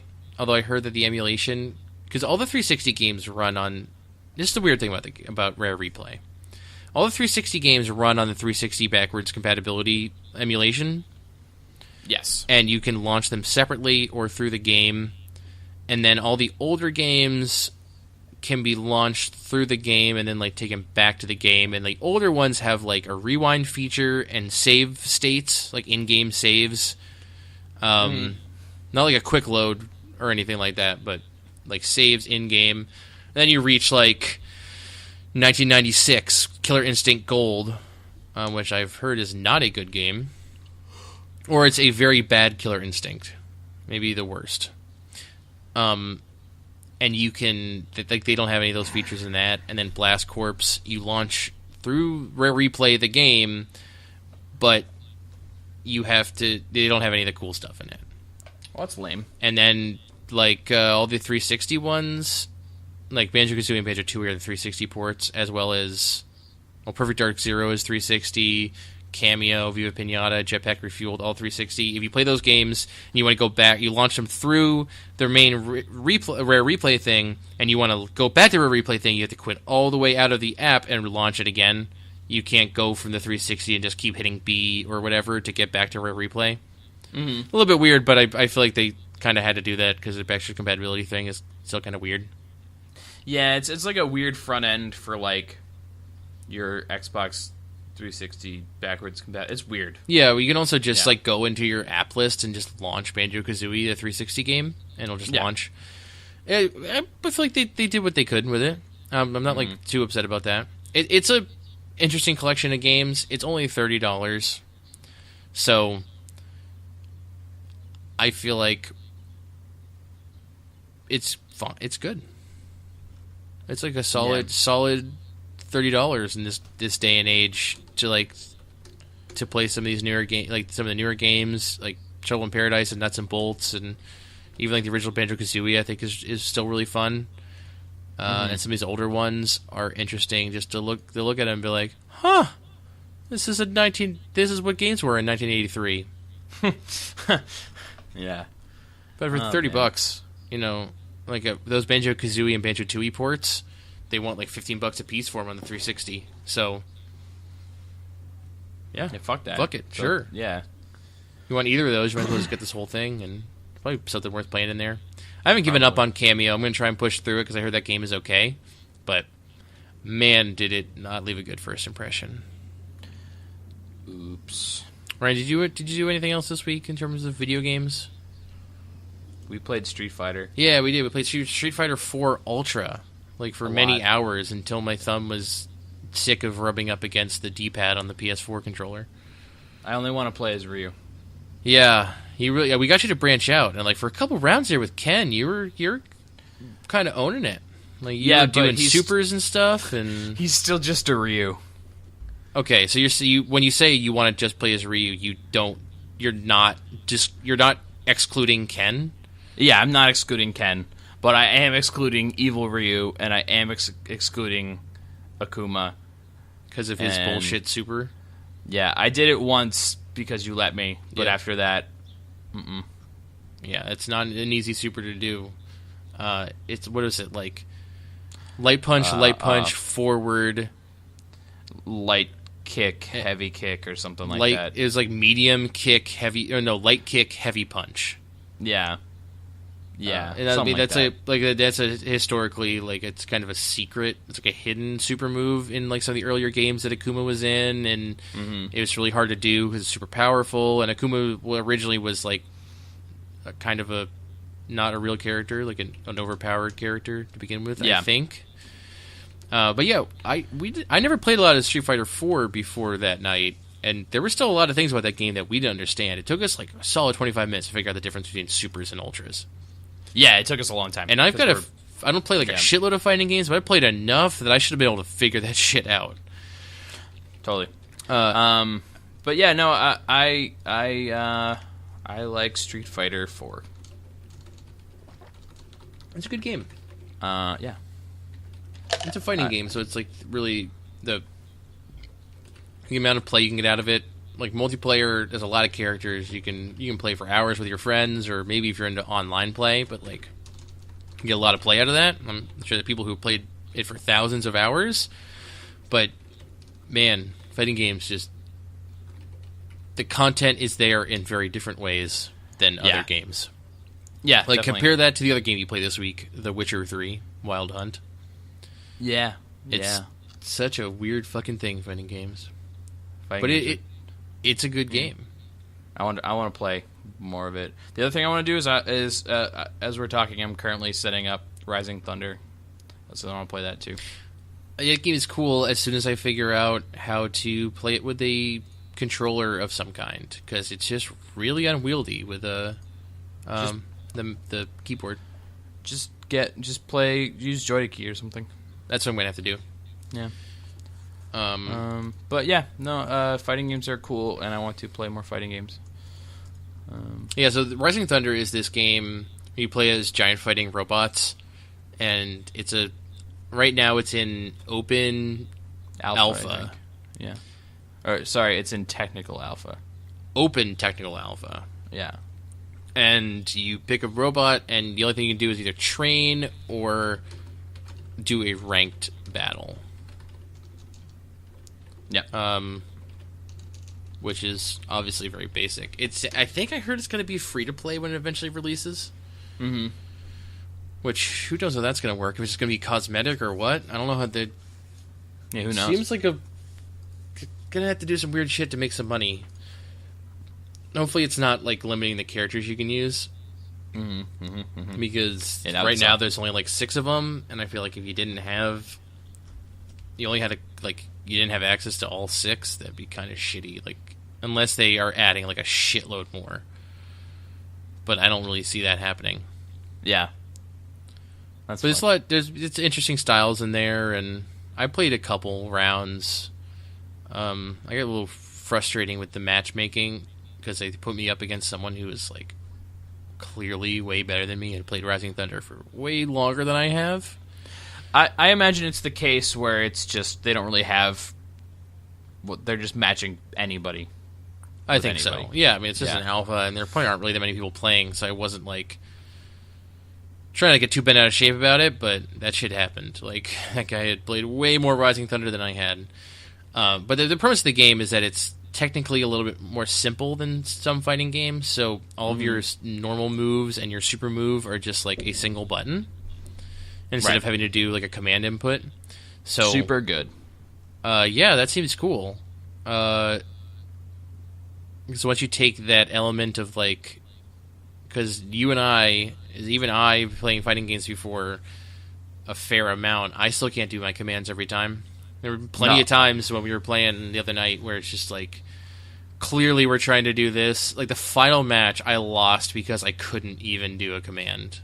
Yep. Backwards Hadouken, L2 for triple kick. I fucked up like 3 times in a row, and you just punched me once and I died. Yep. Like I did so, do I that. feel like Rising Thunder will remove some of that, or all of that. I just hope that they add like local co-op or local verses and stuff like that. But I don't. Yeah, It's a free-to-play game, so that'd be kind of a weird thing to add. But then again, if we can just play it online and it works well online, maybe that's even better. If we can't sit in front of a TV and play that game, that's dumb. Yeah, but yeah, it is because that's what fighting games are to me. But I feel like I'm pretty sure they did that on GiantBomb.com.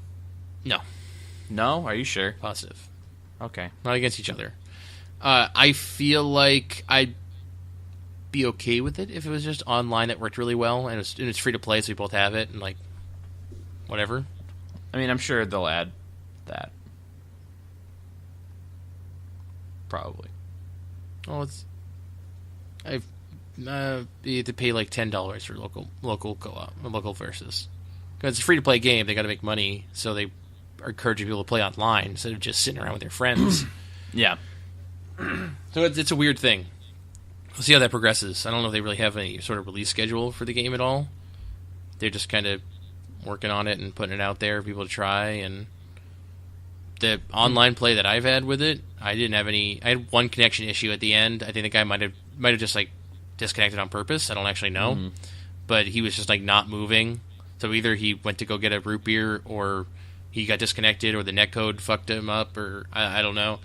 But that was the only issue I had. Everything else seemed to work perfectly fine, no lag or anything.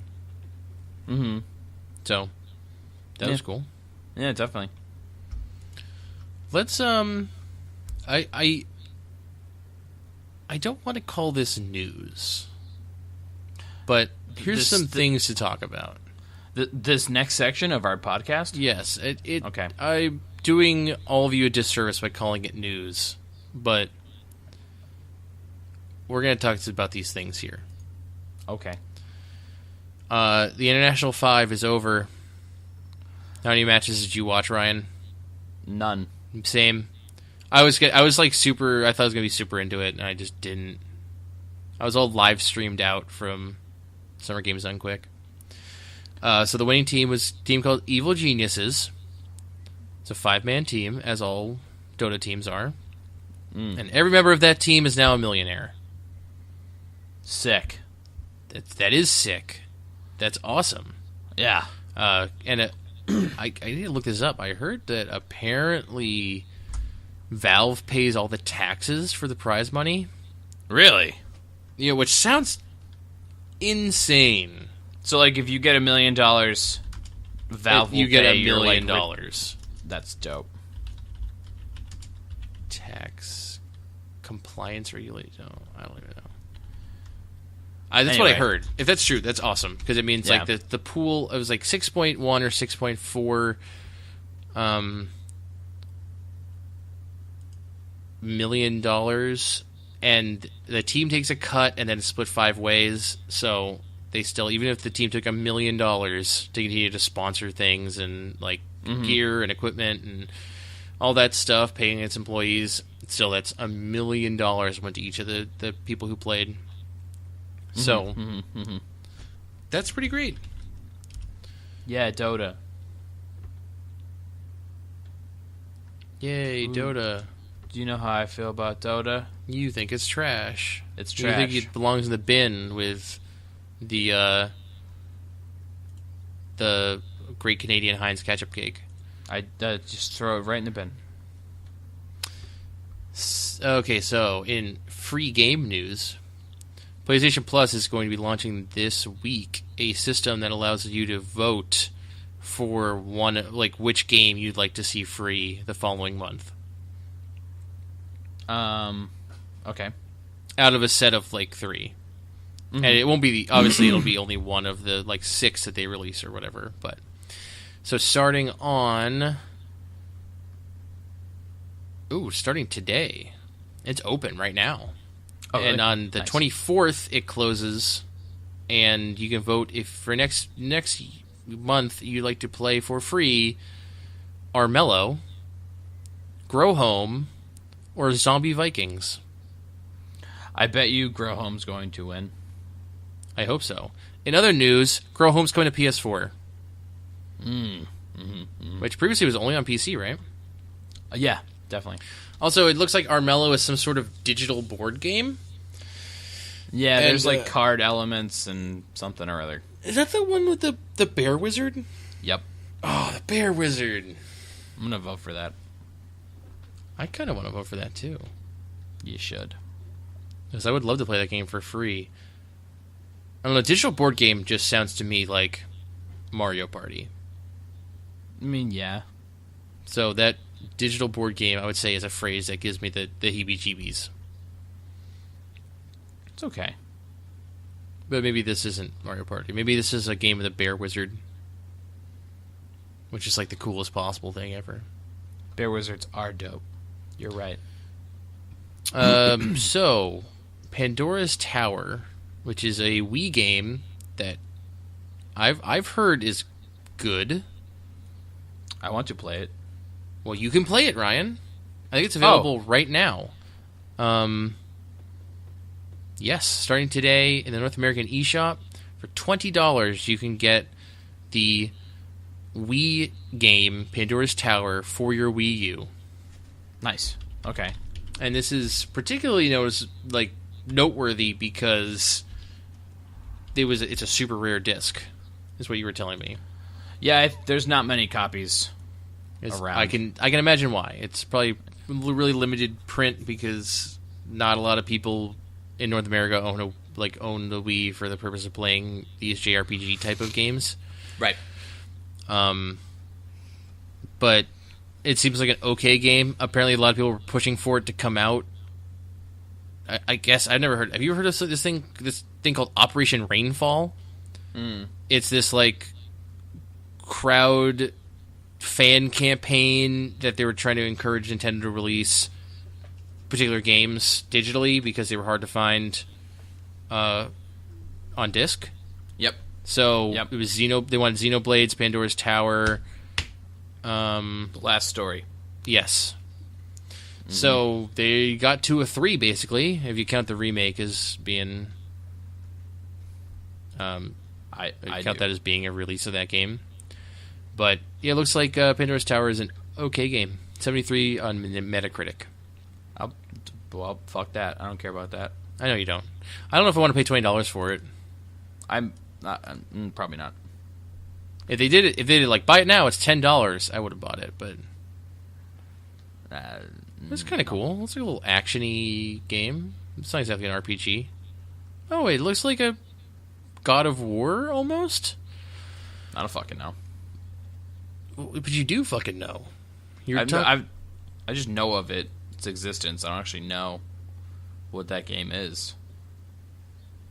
It seems like a character action game with a grappling hook. Oh, it's got Wii Remote and nunchuck action, dude. Looks hot. Fuck that. That'd be okay. I played some games like that aren't shitty. Yeah, made by Xseed. Sure. Yeah, alright, cool. Sure. Great. I want them to release a lot of weird, different stuff like that. I think that's what the Wii U, its digital distribution platform, exists for not only virtual console games, but also some of those newer games that are available through the Wii. Just put out a bunch of weird shit. Who cares? Put out everything. Yeah, release all the games. Everything. Every game. What is this you added here about Fallout 4? Have you not heard of this? No, I'm sorry. Oh, it was all over the Twitter. So when? I don't know. Today?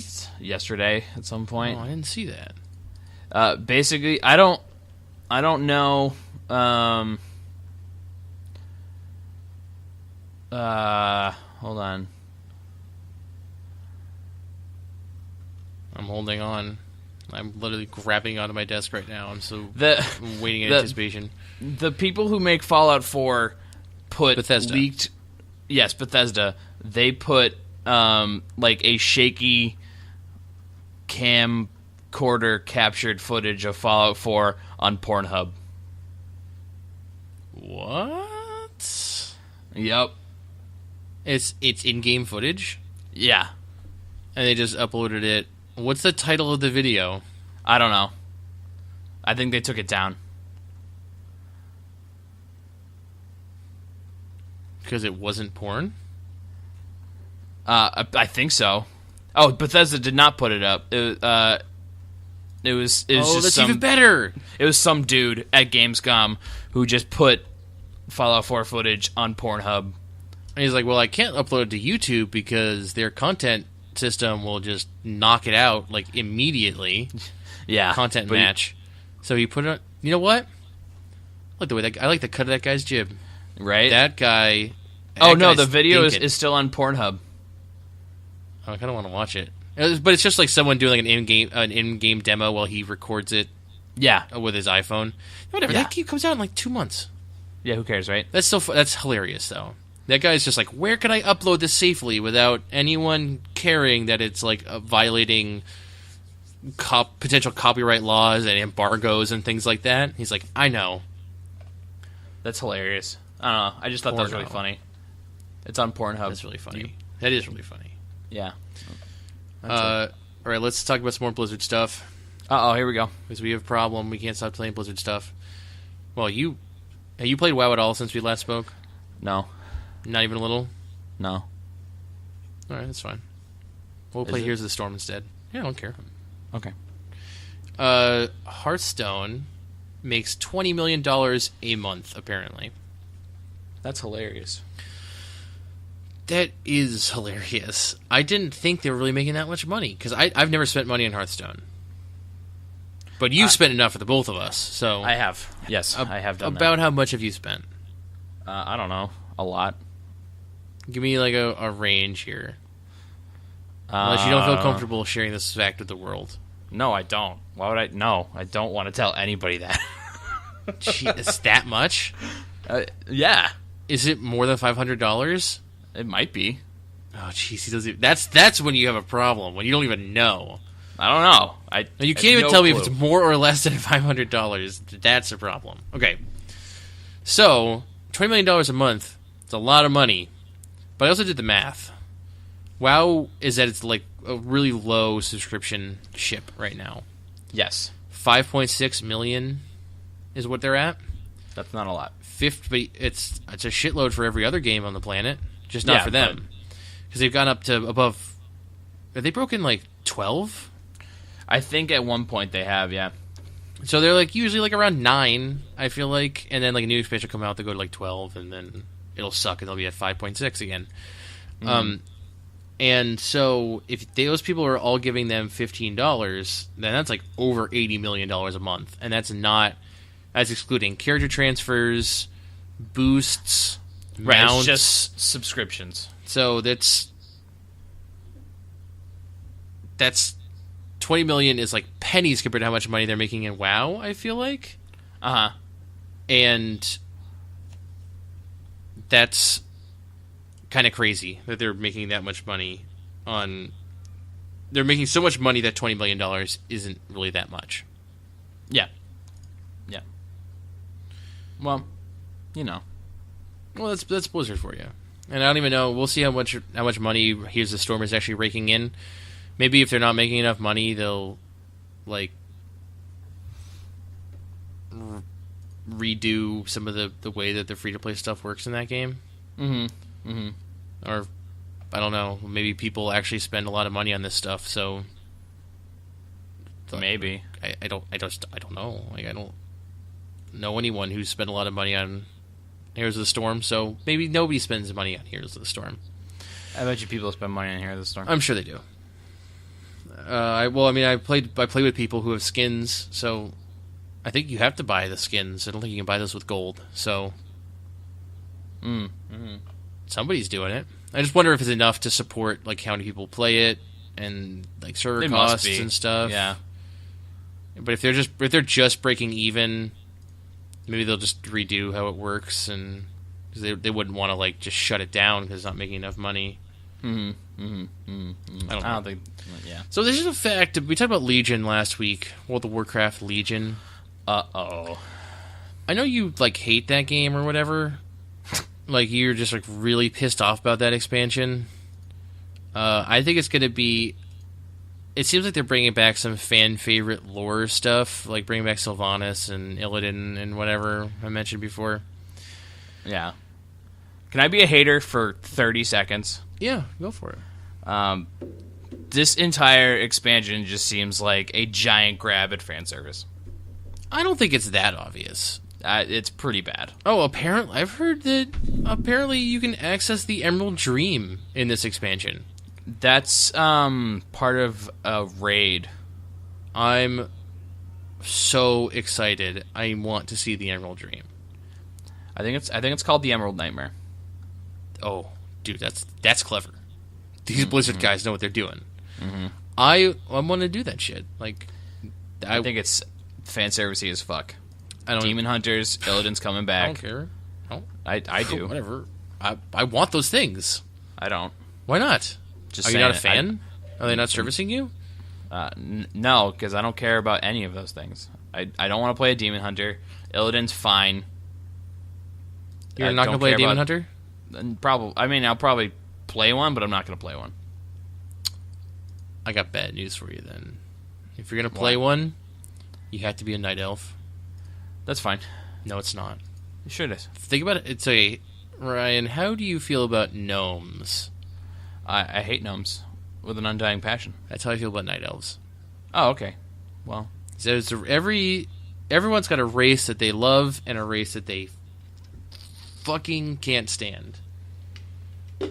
I hate Night Elves. I hate gnomes, so I get that. But it's chill because of my Demon Hunter will most likely be Horde, and I can be a Blood Elf, which is my favorite. Yeah, so you can just be a blood elf, and that's fine. But Demon Hunters being only Night Elves or Blood Elves means that there's going to be more Night Elves in this world. More people will be playing Night Elves than possibly ever before when this expansion launches. That makes me sad. I guess, like, lore and stuff, but...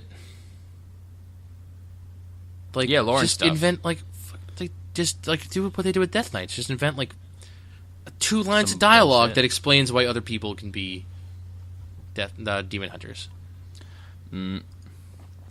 I Night say Elf that they mages? Night Elf mages? And just like, I don't know. Yeah, like... I say they look so different from regular Night Elves because of all their horns and tattoos and shit that it almost doesn't matter. It almost doesn't matter, but at the end of the day, you're still a Night Elf. Like what if they made gnomes, but if you played this particular class as a gnome, you'd be taller. No, I'd still hate gnomes. Exactly. But... yeah. I don't hate gnomes because of the way they look. I hate gnomes because they're usually tied to people who are dicks. You're projecting that, obviously.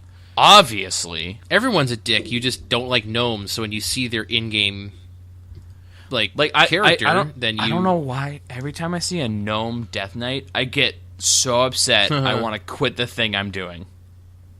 That's hilarious, though. Gnome Death Knights, that's funny to me because they're so tiny. It makes me upset. I get your point of view too, but Yeah. But then you're just projecting that on people, like.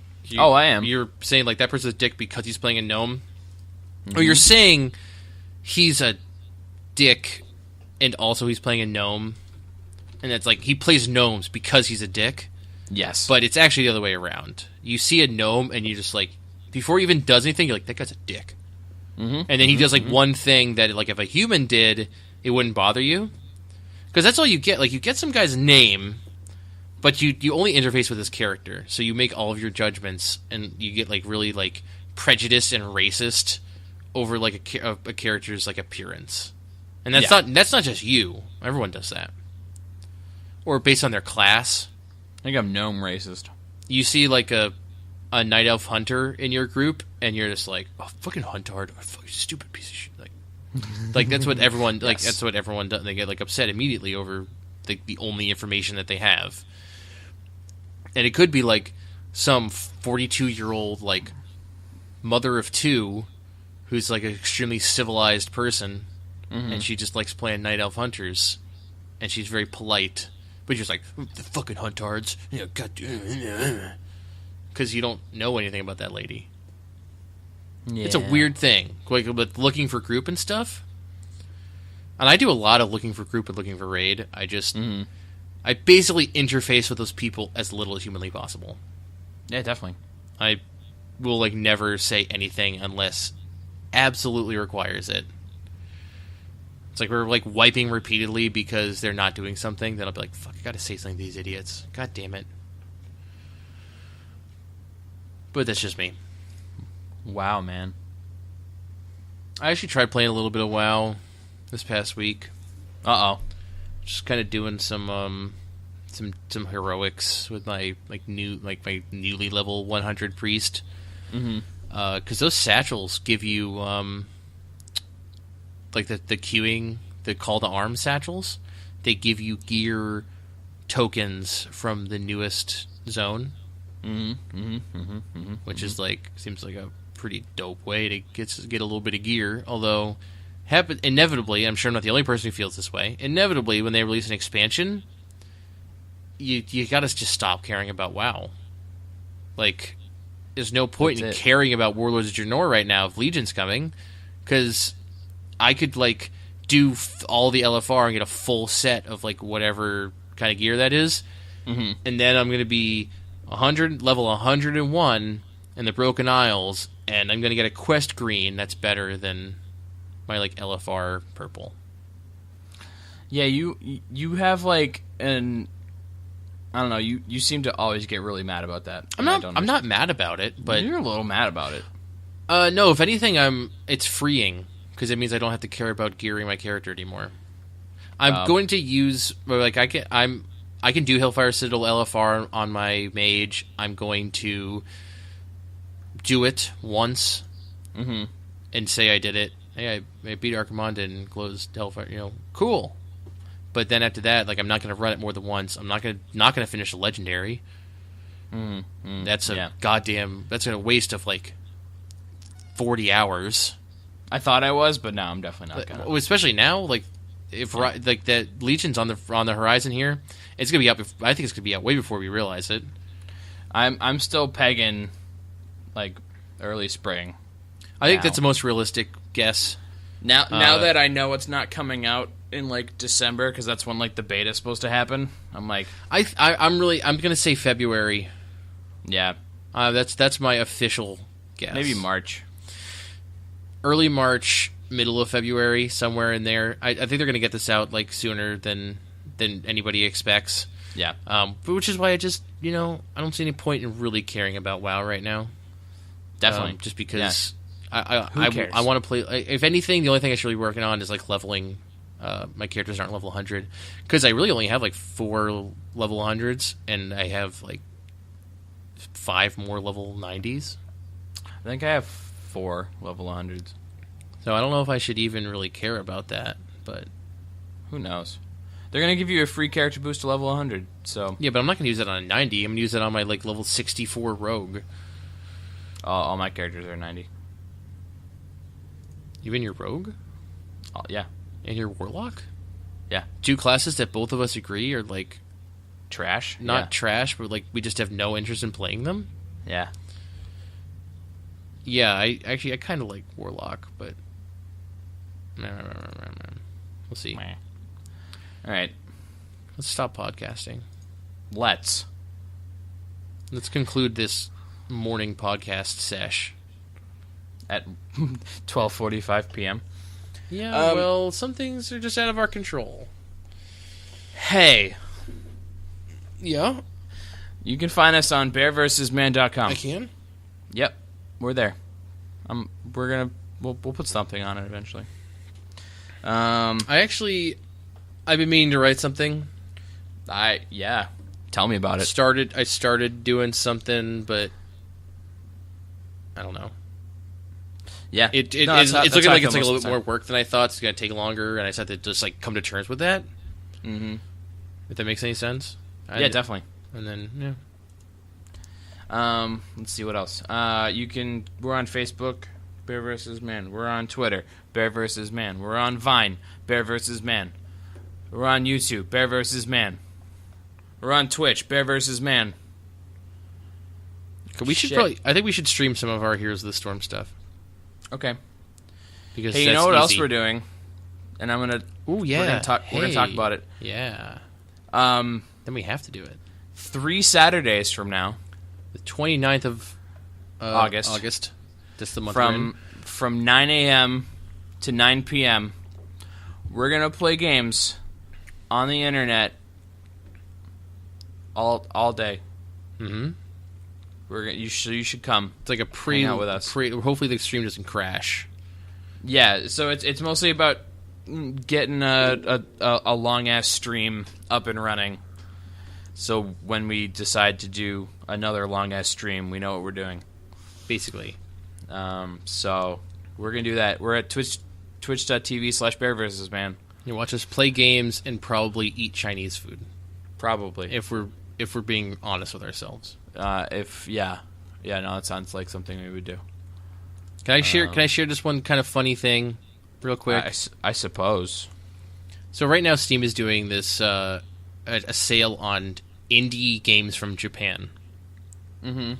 I saw this game called, I don't even know how to pronounce this game, Cruxler Gamma. I think that's what that symbol is. Okay. It's kind of the weird E. Sure. Yeah. And it looks like an arena-based, like, 3D beat-em-up thing with, like, cool, flashy combos and stuff. Mm-hmm. Probably made by a small team or something. And so I was just like, oh, this game looks kind of fun, but I don't know if I really want to spend $3.19 on it. Because I already have enough Steam games as it is. Yep. And so I went down to curator section. Yep. And the featured curator is by a Steam curator called Waifu Hunter. And the quote is, some pretty basic low-tier waifus. You can find better ones elsewhere. That's pretty funny. Another recommendations from Waifu Hunter is Metal Gear Solid 5, The Phantom Pain. Oh, good. Yeah, they're a big fan of the game. Also, Duck Dynasty. Okay. Also, I noticed that there's another curator who submitted a review for this game, Cruxler Gamma, called Hella Yuri. Oh. And they recommend games containing female/female romantic content. Their review of the game: the two main female characters flirt with each other. Nice. That's it. That's the review right there. All They right. also endorse Life is Strange. Okay. Spoilers. Yeah. Wow, they recommend a lot of games that I didn't even know existed. Like, That's I didn't probably know they were on Steam at all. That's their job. That's what they do, yeah. Hey, they recommend Honey Pop as well. Just like us. No, just like you. I want to clarify, just like you. I looked at the official Bear vs. Band Steam Curator page, and we seem to think very highly of Honey Pop. All right, that's going to do it. Okay. Come join us August 29th, 9 a.m. Eastern Standard Time. We're going to play games for 12 hours straight. Yep. We'll hopefully what's on the website about exactly what games we're going to be playing. We got to work that out. Yeah. But we'll have special guests. There's going to be good games and there's going to be bad games as well. Ryan's excited because we love bad games. I don't think that we're saying too much going that far. We like bad games. The roots of Bear vs. Man are planted firmly in bad games. That's true. So if you trace our lineage, our family tree goes all the way down to it's just bad games. Bad games. We're big fans of the genre. Yep. So check that out. We'll be posting on Twitter and stuff. So follow us at Bear vs. Man. At Bear vs. Man. Bear vs. Man. It's a place where we go. All right. Bye. Later, fools.